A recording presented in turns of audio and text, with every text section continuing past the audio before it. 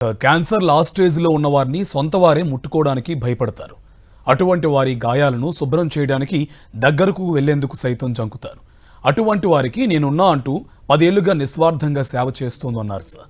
Palliative కేర్కు వెళ్లాలన్న ఆలోచనకే భయపడే ఎందరో నర్సులకు స్ఫూర్తిగా నిలుస్తున్న నర్స్ మైరూన్ గురించి అంతర్జాతీయ మహిళా దినోత్సవం సందర్భంగా ప్రత్యేక కథనం. నిష్కల్మషమైన మనసుకు, నిస్వార్థమైన సేవలకు ప్రతీక నర్సింగ్ వృత్తి. ఇలాంటి గౌరవప్రదమైన వృత్తిని ఎంచుకుని రోగులకు వైద్య సేవలందిస్తూ ఉంటారు ఎందరో నర్సులు. డాక్టర్ చికిత్స అందిస్తాడు, తర్వాత అంతా దగ్గరుండి డిశ్చార్జ్ అయ్యే వరకు ఉండేది నర్సులు మాత్రమే. అన్ని ఆస్పత్రులలో ఉండే నర్సులు ఒక లెక్కైతే పాలియేటివ్ కేర్లో నర్సింగ్ మరో విధంగా ఉంటుంది. ప్రాణాంతక వ్యాధులతో చివరి దశలో ఉన్నవారే పాలియేటివ్ కేర్లో ఉంటారు. అటువంటి వారికి సేవ చేయడానికి ఎందరో భయపడి ముందుకు రాకపోయినా 10 ఏళ్లుగా సేవలు అందిస్తోంది ఈ వెంకటరమణ అలియాస్ మైరూన్. ఇక్కడ వీరందరూ పాటలు పాడుతూ హుషారుగా ఉన్నది ఎవరో కాదు, క్యాన్సర్ లాస్ట్ స్టేజ్ లో ఉన్న వారి కుటుంబీకులే. రోగులనే కాదు, రోగి బంధువులకు సైతం మానసిక క్షోభను దూరం చేసేందుకు తన వంతు సాయం అందిస్తోంది నర్స్ మైరూన్.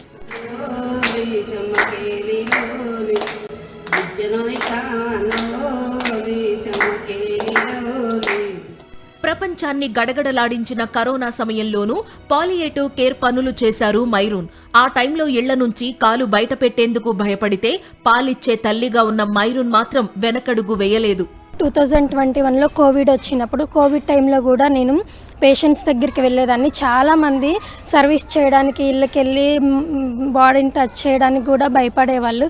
కానీ నేను అలాంటి సిచ్యువేషన్లో కూడా, అప్పుడు నేను ఫీడింగ్ మదర్ని, ఆ టైంలో కూడా వెళ్ళి పేషెంట్స్కి సర్వీస్ చేయడము, క్యాథిటర్స్ వేయడము, ఇంకా రైల్స్ ట్యూబ్ వేయడము, పేషెంట్స్కి ఏమైనా ఓన్ డ్రెస్సింగ్ ఉంటే అవన్నీ చేసి వచ్చేదాన్ని. క్యాన్సర్ అనేసరికి బంధువులు దూరం అయిపోతారని, కుటుంబ సభ్యులు సైతం వారిని తాకడానికి ఆలోచిస్తారని, కానీ తనకు ఈ వృత్తిలోనే సంతృప్తి దొరుకుతోందంటున్నారు మైరూన్. కానీ ఫ్యామిలీ మెంబర్స్ అసలు టచ్ చేయరు పేషెంట్స్ని, ఎందుకంటే వాళ్ళకి ఒకలాంటి భయం ఉండిపోతుంది.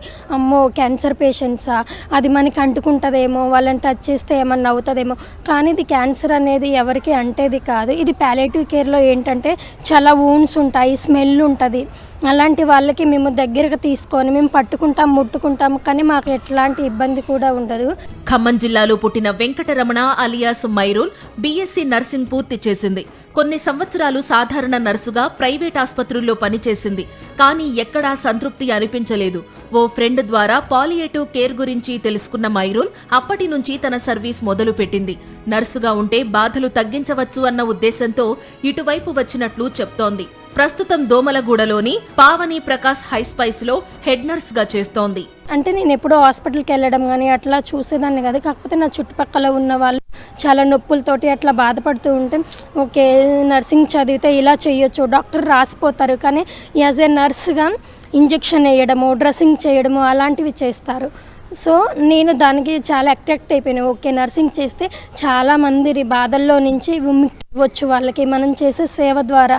అంటే సర్వీస్ మోటో మా మీది. నాకు ఎప్పుడు కూడా నేనంతా రిచ్ ఏం కాదు, కానీ నా దగ్గర ఉన్న దానిలోనే నేను అందరికీ సర్వీస్ చేయాలనుకుంటాను. క్యాన్సర్ లాస్ట్ స్టేజ్ లో ఉన్న తన భర్తను చూడడానికి పిల్లలు కూడా దగ్గరకు రాని టైంలో అక్కున చేర్చుకుని సేవలు అందిస్తున్నారని ఓ పేషెంట్ భార్య కన్నీళ్లు పెట్టుకుంది. వీరు చేసే మంచి పనులు తమలాంటి వారికి ఎంతో భరోసాగా ఉంటున్నాయని చెప్తున్నారు. మంచిగా చూసుకుంటారు మేడం, మాకు చాలా బాగా చూసుకుంటారు, చాలా హెల్పింగ్. నాకు ఆ రోజు పడిపోయే స్థితిలో వచ్చిన మేడం, వచ్చినా కూడా డాక్టర్ సార్ కానీ సిస్టర్లు ఎవరైనా, అమ్మ నువ్వు ఏడవద్దు, నీకేం కాదు, లాస్ట్ స్టేజ్లో ఉందన్నా మీ ఆయనకు మేము చూస్తామమ్మా, అంకుల్కు మంచిగా చూసి పంపుతామన్నారు మేడం. చాలా మంచిగా చూస్తారు.